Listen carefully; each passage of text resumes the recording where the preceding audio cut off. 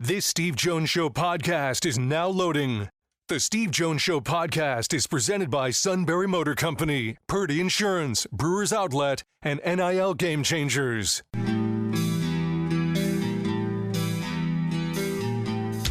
Bringing you an in-depth look at Penn State sports and more. This is the Steve Jones Show on News Radio 1070 WKOK.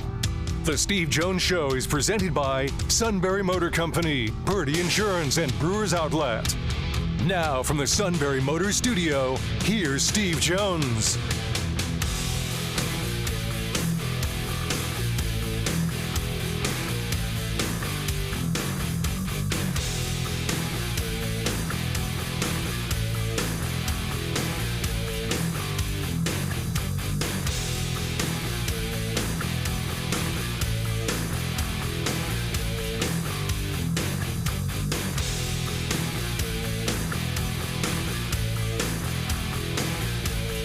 To be with you today, brought to you by our good friends at Brewers Outlet, Reagan Street in Sunbury, the beverage supermarket.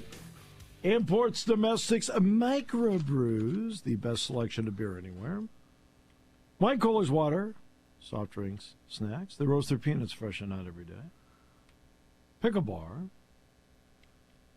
led by the Barrels and the Dills, my two personal favorites. Indeed, second to none. All at Brewers Outlet, Reagan Street in Sunbury, the beverage supermarket. Happiest guy in the station today is Todd, because there's no quarterback club today. I was getting the dulcet tones ready. It was 8 seconds left. Wow, aren't you God, you've been around the suit so often, you're panicking your brains out. It's inward. You wouldn't have known outward. Been around him so long, you don't know what to do. All right. So, it's interesting. I was on a show today. I've done interviews now. Monday, yesterday, and then today, and I kind of set today as the cutoff. Then I'm not going to do any more the rest of the week, only because Penn State's off this week, and at some point I want to do something for me and my family. So I kind of set today as the last day to do interviews for the week. And I was asked a really interesting question that had not been asked, and it was about who's done the better job, Tom Allen or Andy Koltanicki.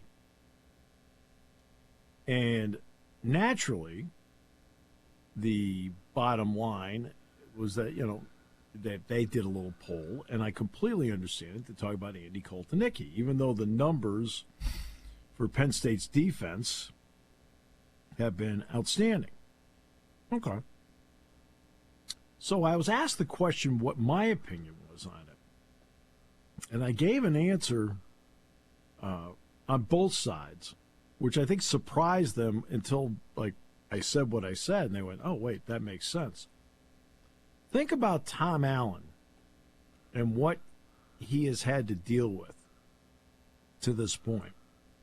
He constructed a defense during the offseason, implemented in the spring, implemented in the preseason, and now, as of right now,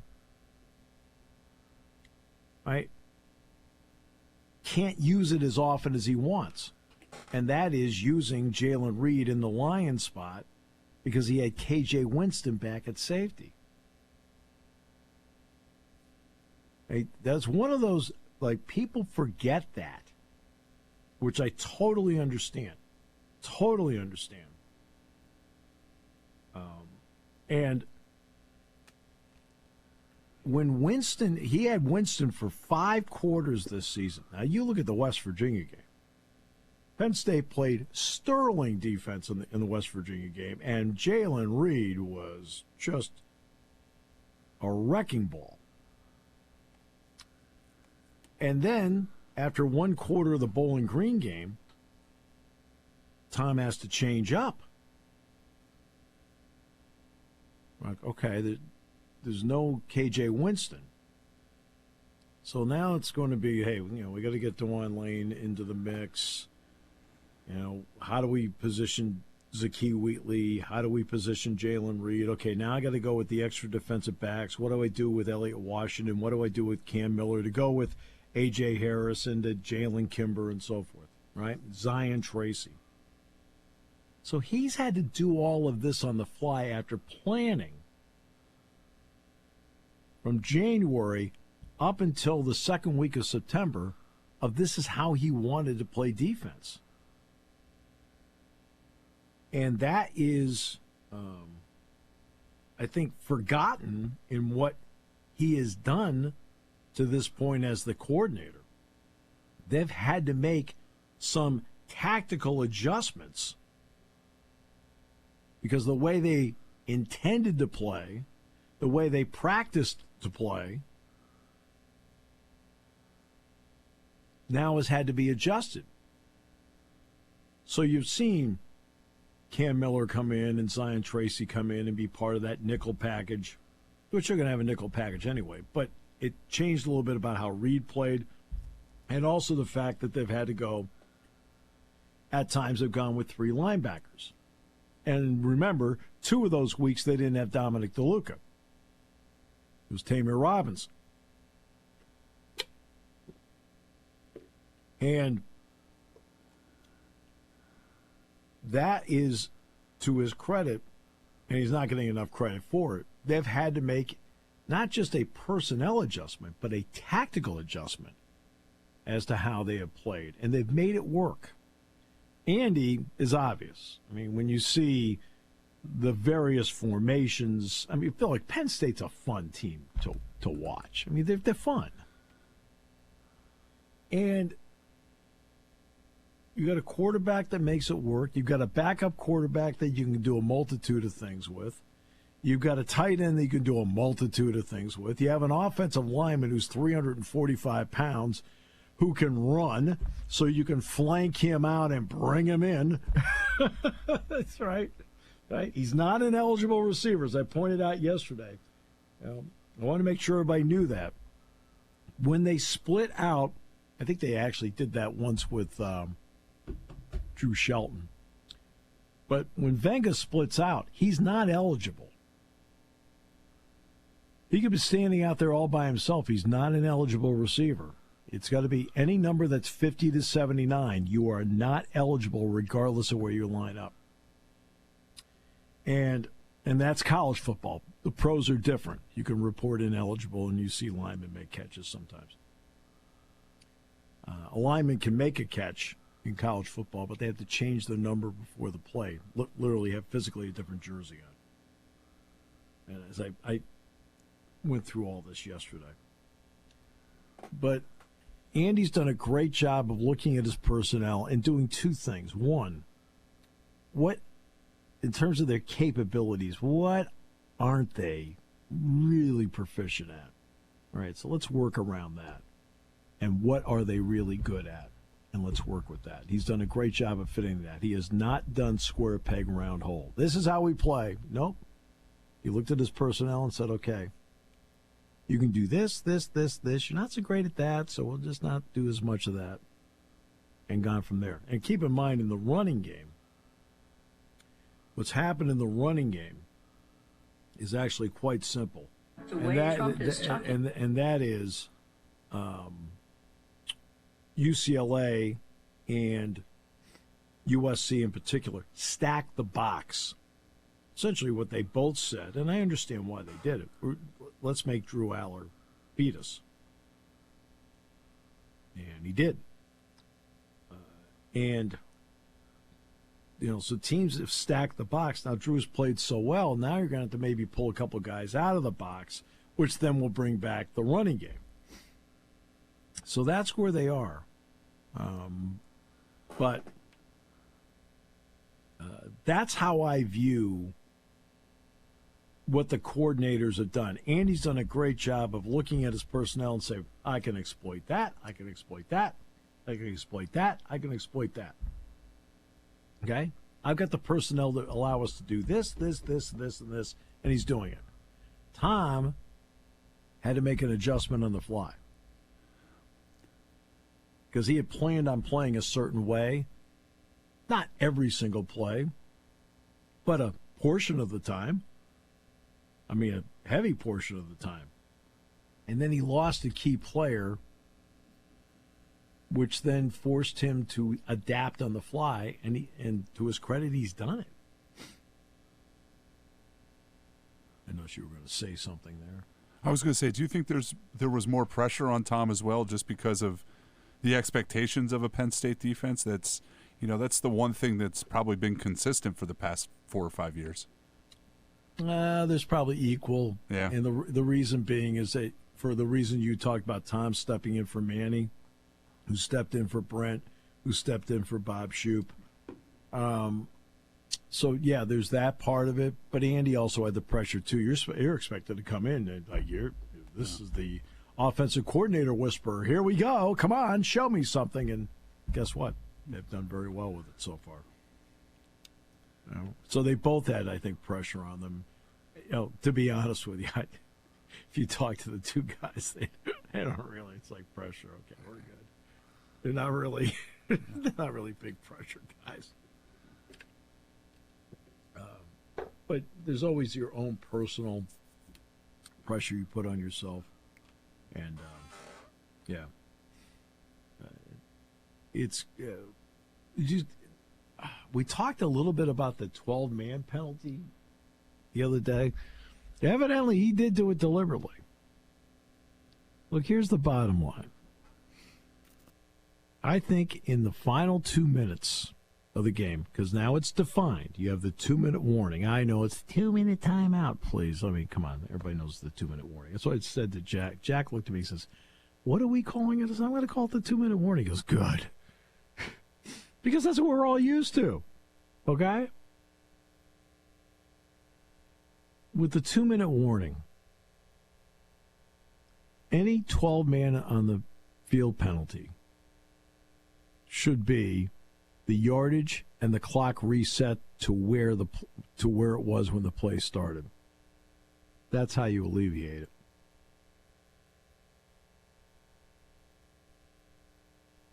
All right? If somebody's trying to circumvent and making you run a play to eat up clock while deliberately taking a penalty, fine. The penalty is illegal substitution, 5 yards, and because it's under 2 minutes, the clock goes back to where it was and will start on the whistle of the official. How's that for a solution?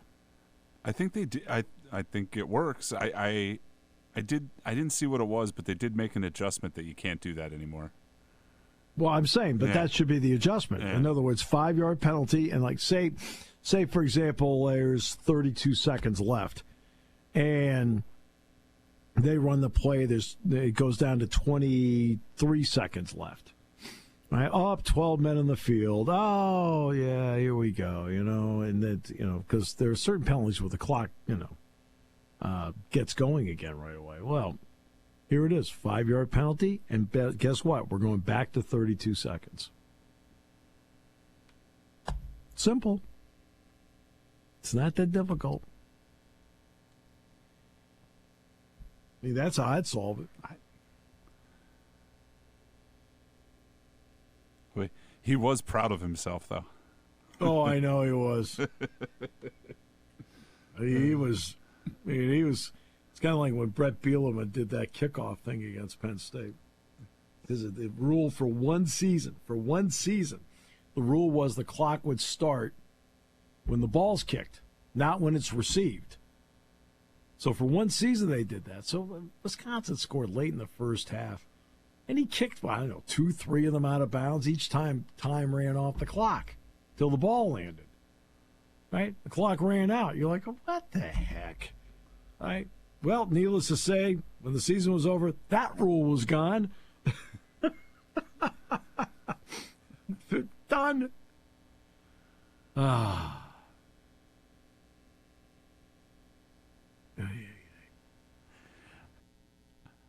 I was not aware of the high school rule that the clock kept running for illegal procedure. Not that they did it on purpose, but Selinsgrove ran out like the last 1/20 of a half of a game I was at earlier this season with 4 straight false starts. No. Oops. Sorry. That's not one of the ways that I had in my head that they could run the clock out. Right. Well, see, again, here's the part about what Lanning did that still baffles me. He's proud of himself because of what it did to the clock. But what if Ohio State fumbled? What if Will Howard threw an interception? Are you still proud of yourself? Maybe you could see the future, and he knew Will Howard was going to try and scramble with 6 seconds left and no timeouts. Right. Yeah, exactly. But I'm just saying, what if those two things happen? Not exactly out of the realm of possibility. No, not at all. I didn't pick out 2 wild scenarios here. Like, oh, we never thought of that one. I never thought you could turn the ball over. Right? What if they did? Well, guess what? Ohio State still has the ball, maybe less time, but they still have it. It's like, what are you doing? Like, not some foolproof idea he came up with. I was going to say, not the first coach to ever outsmart himself. Oh, yeah.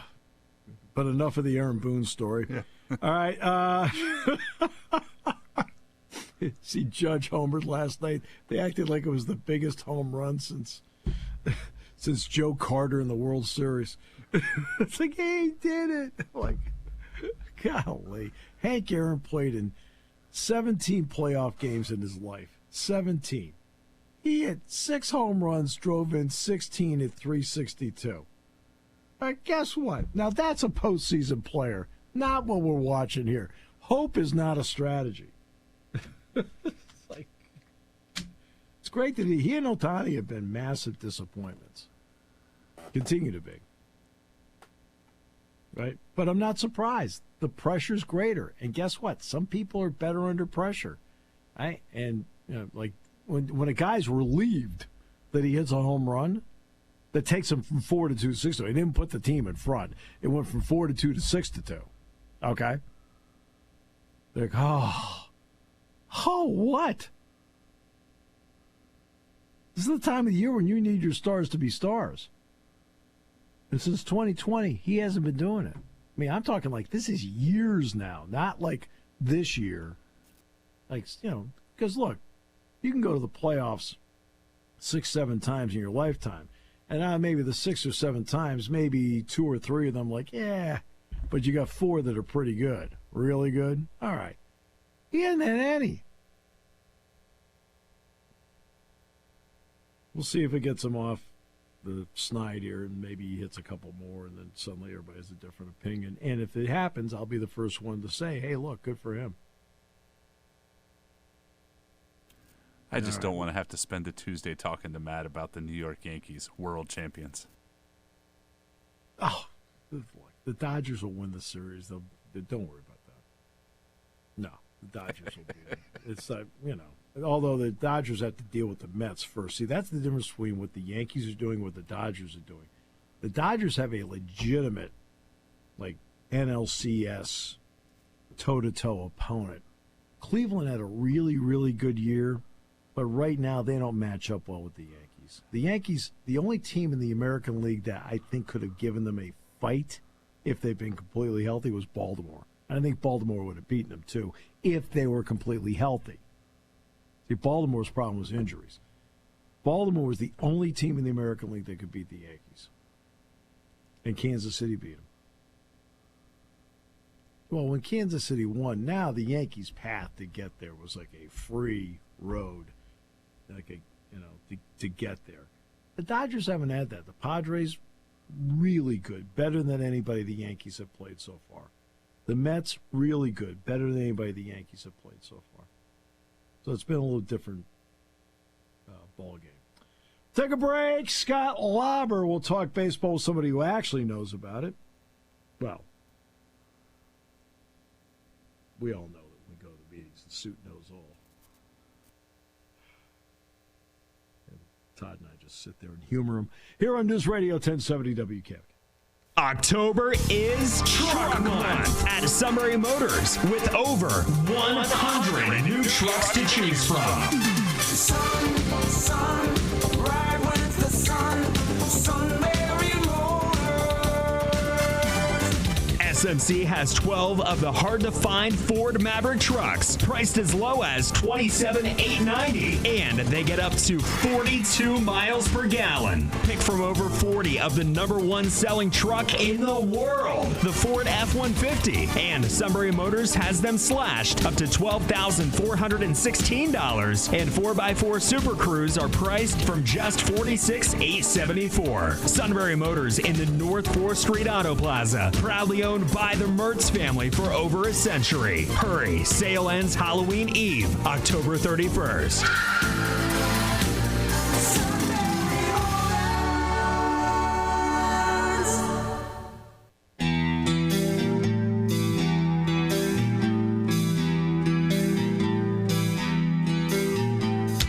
Bringing you an in-depth look at Penn State sports and more. This is the Steve Jones Show on News Radio 1070 WKOK. The Steve Jones Show is presented by Brewers Outlet, Sunbury Motor Company, and Purdy Insurance. Now from the Sunbury Motor Studio, here's Steve Jones. Great to be with you on the show today. Need to talk a little baseball and do that in 1 second here because we have something important to say before we get to talking some baseball. And the important part that we have to say is quite simple. This half hour being brought to you by Purdy Insurance. Market Street in Sunbury. Go to purdyinsurance.com. Auto, home, life, business, boat, motorcycle, RV, multitude of insurance needs. We all have them.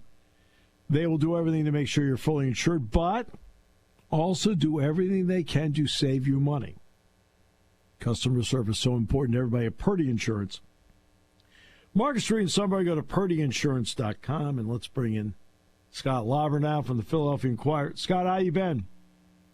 I'm doing well. How are you, Steve? I'm doing fine. I think the last thing Philly fans expected in April, May, and into June was that at this particular week there'd be a post-mortem being written about their team. The finish was for everybody that follows the team so unsatisfying. In the end, what did you see that kept them from advancing? Well, I mean, if we're talking specifically about the 4 games against the Mets, it boils down to 2 things. They didn't score, and they didn't get the kind of bullpen performance that they were expecting or that they'd gotten all year long. So those are really the 2 things. They, but for 4 innings of Game 2, they didn't hit against the Mets. It was sort of a different way of quieting them. We were used to seeing when the Phillies went cold during the season, it was because teams would attack them with breaking stuff, often out of the zone. The Mets attacked them with fastballs, and the Phillies didn't hit them, which was a little bit of a head-scratcher. And then, they scored, I think, 1 run in the series before the 5th inning, and that was the Schwarber leadoff homer in Game 1. And then they didn't hold leads late, or they didn't hold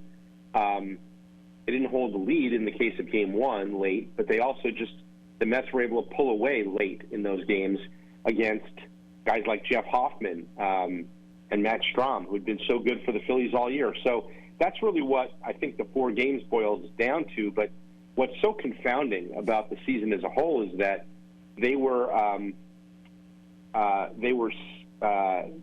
40 and 20.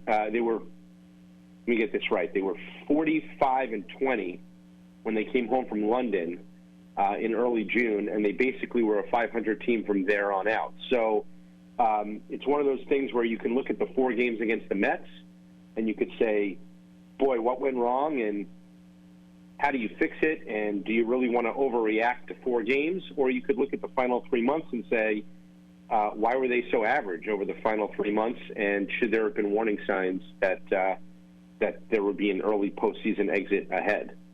All right, so let's play devil's advocate for a moment, Scott, if that's okay with you. We just had the passing at the age of 83 of Louis Tiant. Game 4, 1975 World Series, obviously a bygone era, I will concede. Game 4, he threw 163 pitches and threw a complete game, and the Red Sox needed every ounce out of them they could get. They won the game 5-4, tied the series up at 2 games apiece.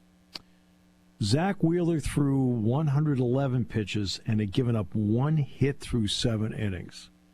In your mind, in modern era baseball, so let's go from a bygone era to the modern era, was there much of a decision to be made there by Rob Thompson? I don't think so, because, as you said, modern baseball, right? It's a lot different from the baseball that you and I grew up with. I just turned 48. I remember. I don't remember that World Series because I wasn't born yet. It was a year before I was born, but I do remember baseball in the 80s very, very well. And I mean, look, I remember the Jack Morris game in '87. I remember the Oral Hershiser postseason in '88. I mean, I remember when starting pitching was king, and you would ride your horse for as long as that guy could go, and very often they were trained to go well into games, well past 100 pitches, and then some. So that was a different time, a different era. I think Wheeler was fantastic in Game 1. He threw, remind me again what the pitch count was? 111, I think. 111. I mean, you know, that's about as far nowadays as a starting pitcher usually goes. I think his high for the season was right around that number. So if you ask him to go back out there, I'm not going to tell you that he wasn't going to throw another scoreless inning up there, but it would have been a departure from the way you'd managed him and your bullpen all year long. There was no reason why, even with a 1-0 lead, you don't trust Hoffman in the 8th and Estevez in the 9th. It's what they had done all year. I think you could make the argument, right, if he was at 90 pitches, could he have given you another inning? But at 111, no, I think that was probably as much as he was going to, you know, as much as you could ask, given the way you've managed him and the way he's been managed his whole career. He is an ace, and I'm not sure that there's a guy that I would rather have on the mound in a game I had to win than Zach Wheeler right now in 2024. Mm-hmm. But, you know, 111 pitches is probably close to his limit. Fair. I mean, and that's why. See, that's why subjects. I always get bothered a bit when subjects get upset with a question like that. I don't mean you in this case, because it just gives you a chance to answer it. It's okay, right? I mean, it's a question. You're allowed to ask a question because I think what I asked you was an open-ended question. You gave an answer. I think that's why I always get when people get like, "What are you asking that for?" I don't know, because it's a question. Yeah. I'm not questioning look, you. I remember questioning very well you. A game in 2009. I'm going to take you back now, and this is, you know, this is relatively recent history, and yet it's 15 years ago. There was a Sunday night game at Citizens Bank Park where Charlie Manuel left Pedro Martinez in for like 125 pitches or something like that, and we were sitting there going, "Is he crazy? He's going to break this guy." I mean, this is unusual, and that was 15 years ago. You know, I think that if Zach Wheeler pitched 30 years ago, is he staying in that game? Of course he is, because he's probably been trained his whole career to go 8 or 9 innings in 130 pitches and then some. But that's not the case these days. And when you've got a bullpen that's built for, you know, normally you're going, you know, in the playoffs. Normally you're going to your bullpen in the 5th inning when your starter's at 70 pitches. So I think that was a decision too, that to leave Wheeler in as long as he did. It was Zach Wheeler, and he was pitching great, and so Rob Thompson rode him for about as long as he could, and then, you know, did what he would normally do, which was go to the bullpen. See, and that's something like, and Scott, you and I are, we've been in this profession a long time. There's a major difference between asking questions and questioning somebody. Right. And that's all it is you're just asking the question. Right. And then it's up to you, whatever answer you get. It's not a debate. It's like, I'd like to just know what the thought process was. Sure. Right? There's a big difference between what did you do that for? Now that's questioning somebody. Sure. And look, when I cover a game, when people, when colleagues of mine, when we cover games, those are the sort of questions we're asking post game, and it's not like a gotcha question or like we're asking to second guess the manager. We're asking to kind of get his thought process. Take me through why you did what you did, and not like in fairness, we ask those questions whether they work or not some of the time. Right. And sometimes I'm as curious to know why he made a move that worked as I am about why he made a move that didn't. And I think, obviously, like you said, some people handle that better than others. I think Rob Thompson usually handles it pretty well. But yeah, I mean, it's kind of the nature of the business. Step number one, by the way, speaking of Rob Thompson in the offseason, was to extend him. What was your thought on that? Not surprised. I've covered Dave Dombrowski a long time, going back to his time with the Red Sox, and observed him longer than that. And he doesn't often fire managers. He really doesn't. That's right. The last time he fired a manager, he fired Joe Girardi in the middle of the season in 2022. But going back, I mean, the Red Sox lost in the first round 2 years in a row, 16 and 17 after winning the division, and he fired John Farrell and went to Alex Cora, who of course managed them to a World Series in 2018. Mm-hmm. So I kind of had that maybe in the back of my mind. They go from winning the World Series or losing in the World Series in 2022 to losing one round earlier last year and then one round earlier this year. So it does go through your head like, boy, you think he might do that, but honestly, what I took out of 45 minutes of hearing him talk yesterday was, they like their roster. They think that they have a roster that's capable of winning the World Series. They might be right. But, while I think there will be changes to some of that personnel this offseason, it's going to be pretty much the same group coming back, and the onus is on the players, I think. And I think they feel like they've got a manager who players respond to, who has been very successful since he took over in June of 2022, and I don't think Dombrowski felt like what happened in October was the fault of Rob Thompson. So he opted for continuity there. Maybe I was a little bit more surprised that the coaching staff will return in full, although I'm not sure what change I would have made there either. But, they're bringing back the manager, they're bringing back the coaching staff, and it's on those guys to then, try to affect some change from the players that they have and the players to buy into the changes that they're trying to get them to make, which is, from an offensive standpoint, they want them to use the whole field more. They want certain players to make certain changes specific to them. I think, there's going to be a lot of sort of figuring out of like how can Trey Turner be a better player? How can Nick Castellanos be a better player? Bryson Stott, and so on and so forth. So, they opted for some continuity in the coaching staff and the manager's office, and they're going to hope that pays off with getting percentage points better from each player as the season as they enter next season. As you go through 162 games, guys are going to land on the IL. Turner was on there for a period of time. Bohm was on there. Everybody seems to take a turn on there, which then brings up the depth of the farm system. In your opinion, what is the depth of the Phillies farm system where they can maybe fill a gap for 2 weeks? Well, it's a good question because, you look at the guys that they called on to fill in. When Turner was out, it was Edmundo Sosa. He's a major league player, a major league bench player. When JT Realmuto went down, it was Garrett Stubbs, and they called up Rafael Marchand, who played very well. They don't have a lot of I guess there were times where they called on Cody Clemens, they called on Weston Wilson. Those guys came up from AAA. They have a lot of veteran AAA players.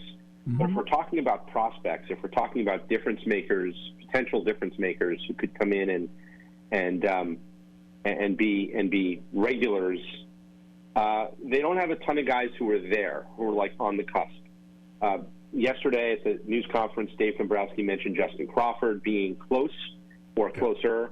Probably not ready at the start of next season, but he could come quickly next year at some point. They are counting on Andrew Painter at some point next year. Again, probably not right at the beginning of the year, but at some point in the year they expect he'll be in their rotation.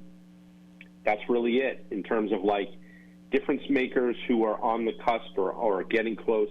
Aiden Miller is a guy they like very, very much. Didn't want to trade him at the deadline. Very good-looking infielder, but not there yet. He's still he barely scratched the surface in AA this year.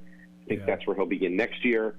So, they have a lot of veteran minor league guys who can come in and fill in for a short period of time, but they're still kind of waiting on some of their top prospects to really be there and be guys who they can count on as regulars, so to speak. Reading between the lines, maybe, of what Dave Dombrowski said, it's not going to be all 26 guys coming back.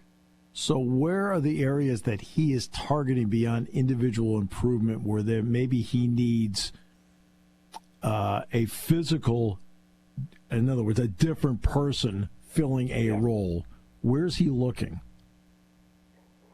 So, he talked a lot yesterday about the status quo, Some of that, I think, sort of set up an offseason in which he knows it's going to be difficult to really change the roster in a meaningful way because, they have $220 million tied up in 11 players coming back.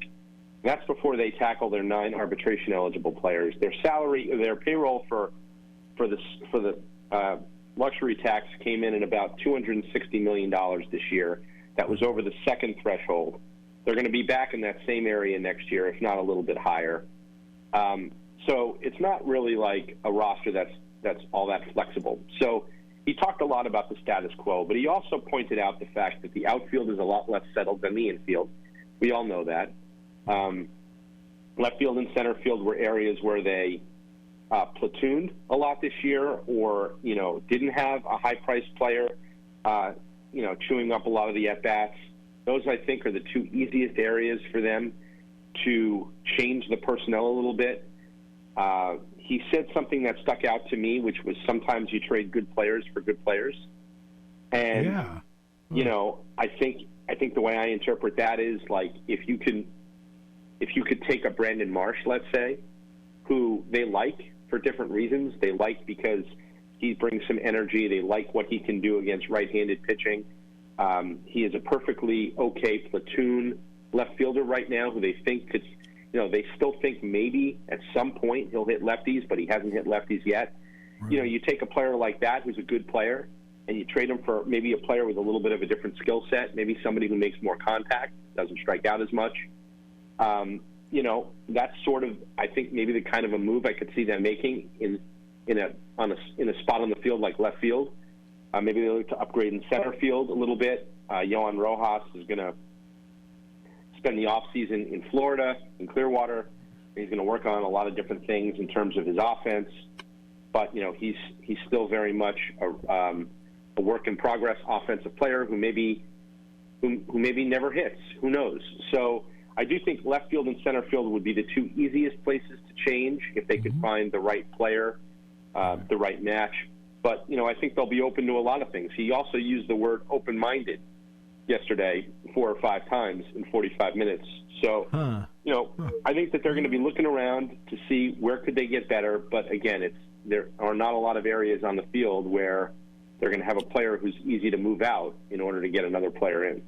How about the ability? What's the opinion of the 4th and 5th starter for them, which is usually in a starting rotation the most flexible parts? Right. Yeah. I mean, they like their top 4 very much.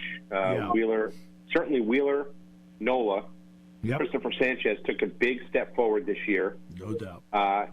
And, Ranger Suarez had a great first half, struggled in the second half, pitched well, I thought, in Game 4 against the Mets, or, well enough. I mean, kept them in the game. Did not pitch great, but kept them in the game.